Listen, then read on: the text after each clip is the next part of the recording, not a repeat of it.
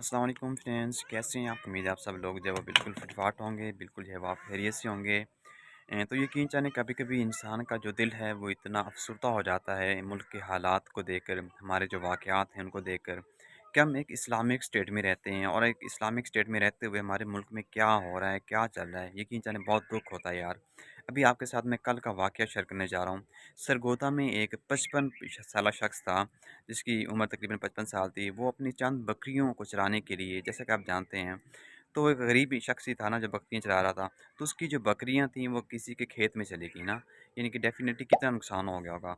तो वहाँ पे जो जिन बंदे को का खेत था वो 5 लोग इकट्ठे होकर उन्होंने जो है वो उस 55 साला शख़्स के ऊपर इतना ज़्यादा तशद्दुद किया, इतना ज़्यादा उसको डंडों के साथ मारा कि वो मौके पर ही उस बंदे की डेथ हो गई और वो जो 55 साला शख़्स था उसका कत्ल हो गया।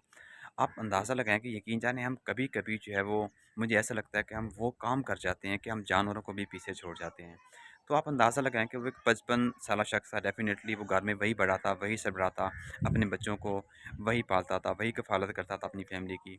उसको ही आप लोगों ने मार दिया यार, कितना नुकसान हो गया आपका। यानी कि उन बकरियों ने मोस्टली ज़्यादा से ज़्यादा जो है वो कितना नुकसान कर लिया होगा फ़सल का, कितना नुकसान हो गया होगा। तो यार आप ऐसा कुछ करने से पहले ज़रा भी नहीं सोचते यार। और पुलिस वालों ने जो है वो उस बंदे की डेड बॉडी को जो है वो उसके वर्षा के हवाले कर दिया। क्या करेंगे अब वो? कहाँ जाएँगी वो बकरियाँ? कहाँ जाएँगी उसकी फैमिली? ये क्या क्या हो रहा है हमारे कल्चर में? हम किस चीज़ को प्रमोट कर रहे हैं? क्या पैगाम दे रहे हैं हम अपने लोगों को, अपने यूथ को कि हम जिस ममालिक में रह रहे हैं, हम इस्लाम हमारा क्या कहता है यार? हमारा इस्लाम दुनिया में सबसे अफ़ज़ल तरीन यानी कि मज़हब है।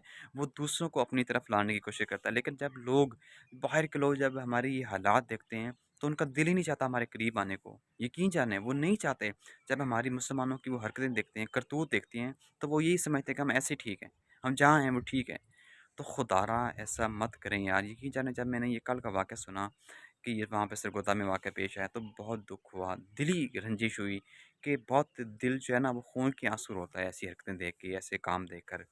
तो मैं यही कहूँगा कि इस मुल्क का जो है वो अल्लाह ही हाफ़िज़ है। हमारे हालात कब बदलेंगे?